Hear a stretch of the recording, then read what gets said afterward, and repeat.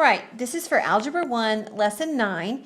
And first of all, everybody should already know the slope-intercept form. It should look like this. You always get the y all by itself. I love this form. It's my favorite because just by looking at this, you always know your slope. That's the number in front of the x. And if you have something added or subtracted here on the end, that is your y-intercept, which tells you where it hits the y-axis. So for example, if I had something like this, I could tell just by looking at this that my slope is -2, because that's the number in front of the x, and my y-intercept, you could say your b value, is 3. It's a positive 3. Okay, so let's talk about the standard form. This is a new form that we learned on Tuesday. The standard form looks like this. Okay, notice you have your x and your y on one side of the equal sign, and this c stands for a constant, or this is just your plain old number right here. So, for example, if I had this equation from above right here and I wanted to put it in standard form, I would take this x value. He wants to go over there and hang out with his friend, the y. Okay, so notice, since it's a -2x on this side, if I throw it over here on the other side of that, remember that imaginary wall? If I throw it over, it becomes a positive 2x. So it looks like this. This is in standard form. So a lot of times in the book, it's going to say, put your equation in standard form. Okay, now I'm going to go to lesson 9A, and we're going to finish doing some examples from that. Let's look at number 7. You may want to look at your book, but it gives me this, -y plus 2x equals 4. Okay, it says change this to slope-intercept form. Remember, slope-intercept form is when you have the y all by itself. Okay, you don't have the y all by itself. You got this guy. This is almost in standard form. Okay, not quite. Because I'd rather, if you were going to put this in standard form, which it doesn't say to do, but if I was going to put it in standard form, I would probably write it like this. Notice this is a positive 2x, still a positive 2x. This is a -y, it's still a -y. But standard form, go back up here, standard form is your x plus your y value, and then you get your boring number on the other side. So this right here is standard form. But they want it in slope-intercept form. So I need to get this y all by itself. So what I'm going to do is I'm going to take this 2x and I'm going to throw him to the other side. I'm going to throw him over the wall. Okay, so what does that mean? I still have this -y on this side. Since it's a plus 2x on this side, when I throw it over the wall, it becomes the opposite sign. So instead of a positive 2x, it becomes a negative 2x. Now this is still a positive 4, so leave it alone. Now that is almost in slope-intercept form, except notice this needs to be a positive y and you have a negative y. So the simplest thing to do is for me to just tell you guys, if you change the sign of this to make him positive, you have to change the signs of everything. So this would be a positive 2x, and then this, instead of a positive 4, it would be a negative 4. This right here is in slope-intercept form because I can tell you the slope, it's 2, and I can tell you the intercept, it's -4. So that's kind of cool. Okay, so let's try another one. Let's do this one, number 9, and again, this is from 9A, and it has this. It says change this to slope-intercept form. Okay, well, to get it in slope-intercept form, this is slope-intercept form here where you have the y by itself. So the first thing I would probably do is take this x and I'm going to throw him over here on the other side of the wall.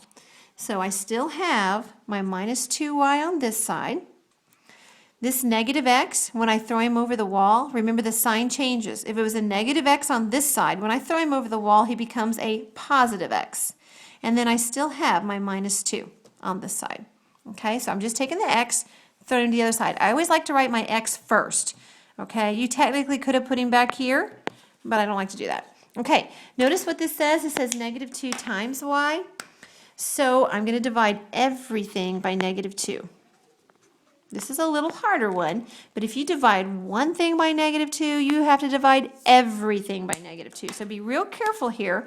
But do you see the -2's cancel? When you have the same thing on the top and the same thing on the bottom, that gives you a 1. So I have a 1y. And I don't know if you realize this or not, but do you see that this is the same thing? You got a positive divided by a negative, which is a negative. 1 over 2, that's like 1/2. And then there's that x. So you could write it like that. Do you see these two negatives? What do 2 negatives give you? Positive, and 2 over 2 is 1.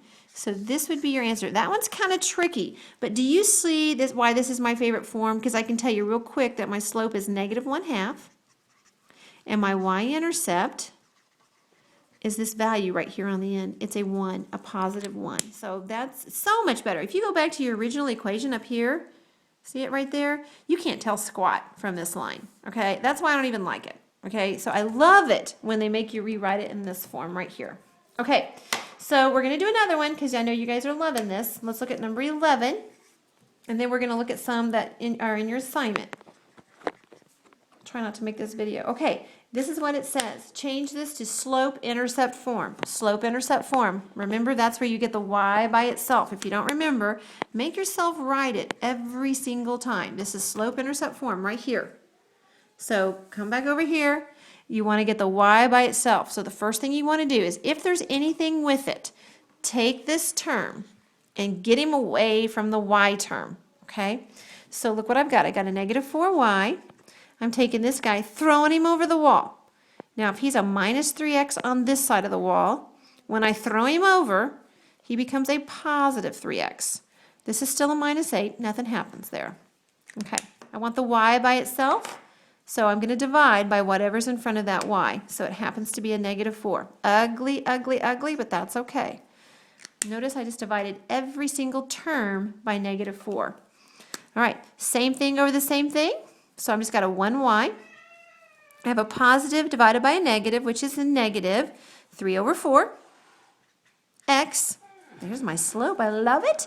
Negative over a negative is positive 2. Yeah, our cat's having a fit over here. Okay, so there you go. There's number 11.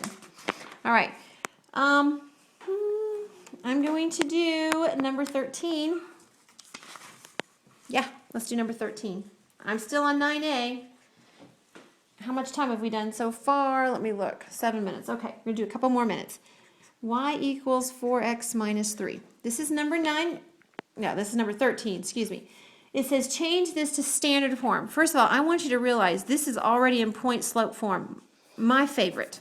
Excuse me, slope-intercept form. My favorite, because I can see the slope. I can see the y-intercept. But they want me to put it in standard form. Now, I don't know if you remember this, but it wants the x and the y on one side. So I'm going to take this x and I'm going to throw him over here to be with the y. It's like the opposite of what you've been doing. So it's very confusing. I'll grant you that. But let me hide all this other work from before so that doesn't look all mumble-jumble to you. But this is a positive 4x. Does everybody see that? So when you throw him over the wall, guess what? He becomes a negative 4x. This is a positive y, so it's like a plus y. That minus 3, same thing as a negative 3. Okay, they may have that answer in the Math You See book. Typically, I always like this first term to be positive. So if you change the sign of this sign, you're going to have to change the sign of everything. So I don't know. You look in your answer key, you see what your parent wants you to leave it. But if you're going to make that a positive 4x, you have to change the sign of everything. So instead of a positive y, it would be a negative y. Instead of a negative 3, it's going to be a positive 3. So both of these are fine. They're both in standard form because you have the x and y on one side. You have that boring number on the other. Okay. Let's do another one here. I know it's fun. Let's number 15. This is number 15 because we're having so much fun, huh? Okay. First of all, you could do several things here. You could go ahead and take this x and throw him over here. It says to put this in standard form. So I'm going to get my x and y on one side. Since this is a minus or a negative 3/5 x, when I put him on the other side, he's going to become a positive 3/5 x. Negative 1 here, it still stays a negative 1. Okay, the only thing that changes is the thing that I throw over the wall. This was a positive y, it's still a positive y. Okay, now you do not want fractions ever when you're in standard form. And so do you see how my denominator is 5? So I'm going to multiply everything by 5. I'm going to multiply this guy by 5. I'm going to go ahead and write it as a fraction. I'm going to multiply this guy by 5. And I'm going to multiply this guy by 5. You have to multiply everything by 5. So look what happens. These 5's cancel. Cool beans. So you have 3x. 5 times y is 5y. And here you got a positive times a negative, which is a negative 5. So that would be number 15 right there. Don't like this form because you can't tell what the slope and the y-intercept are, but that is standard form and they want you to get used to it. So practice that a little bit, and there you go.